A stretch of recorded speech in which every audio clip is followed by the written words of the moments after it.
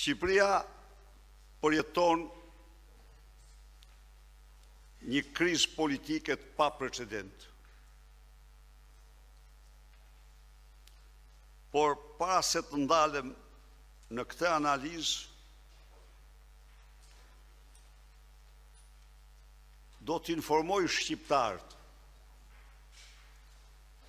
për shkallën e tmerrshme dhe kontrollin e tmerrshëm mbi mediat që Noriega apo Ramaduro i Tiranës ka vendosur në Shqipëri.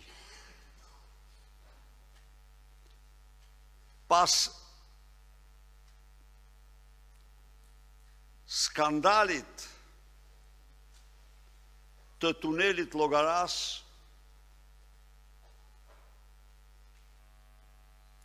lëshimit firmosjes së aktakuzës dhe marrjes të pandehur të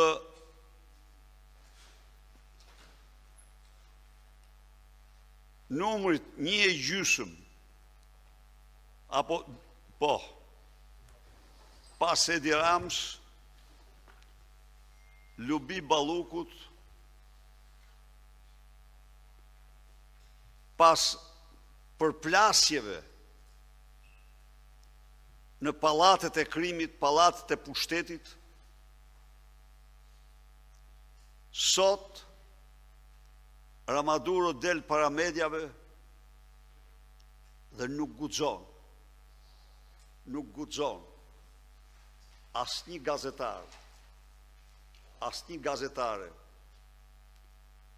t'i bëj pyetjen më të vogël për Lubin, për tunelin e Llogaras, për vjedhjet të tmerrshme që u kanë bërë shqiptarëve.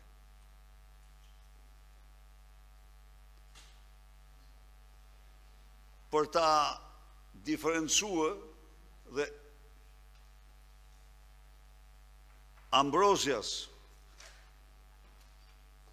i ka hequr akreditimin apo vizën dhe nuk e lejojnë të hyjë si përfaqësues e televizionit armik në konferencat e shtypit të tij.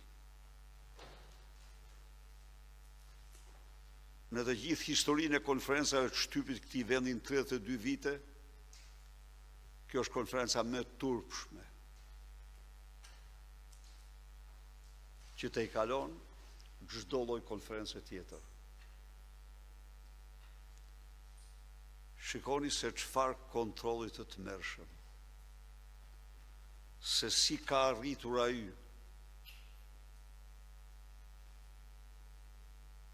të detyroj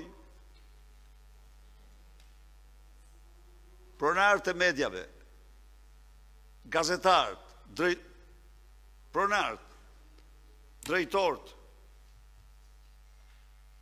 që të paraqiten në konferencë shtypi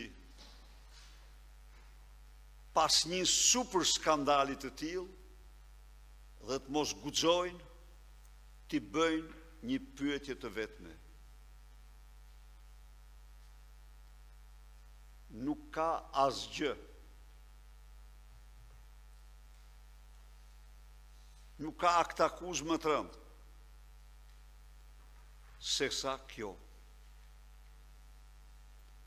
Nuk ka formë më staliniste, më naziste, më ekstremiste, kontrolli mbi mediat se sa kjo. Si mundet? Kur mediat e botës, kur shqiptarët në çdo votër diskutojnë ditë e natë për këtë problem,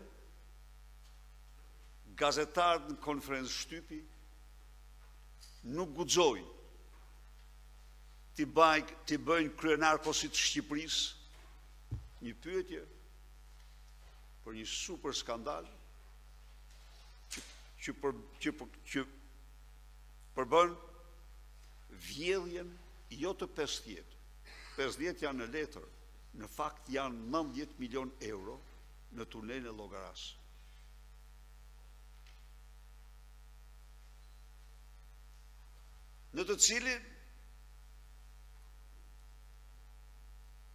të cilin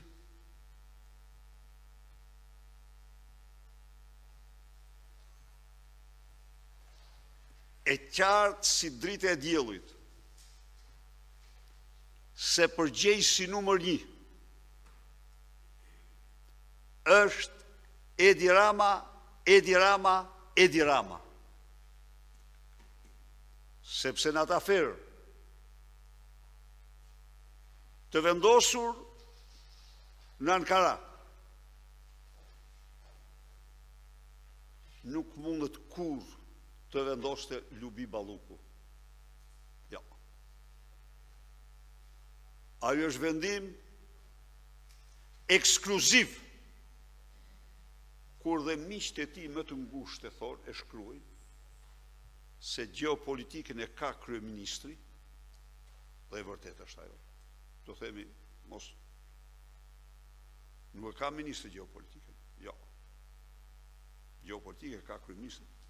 Pra, geokorrupsionin do them. Pra,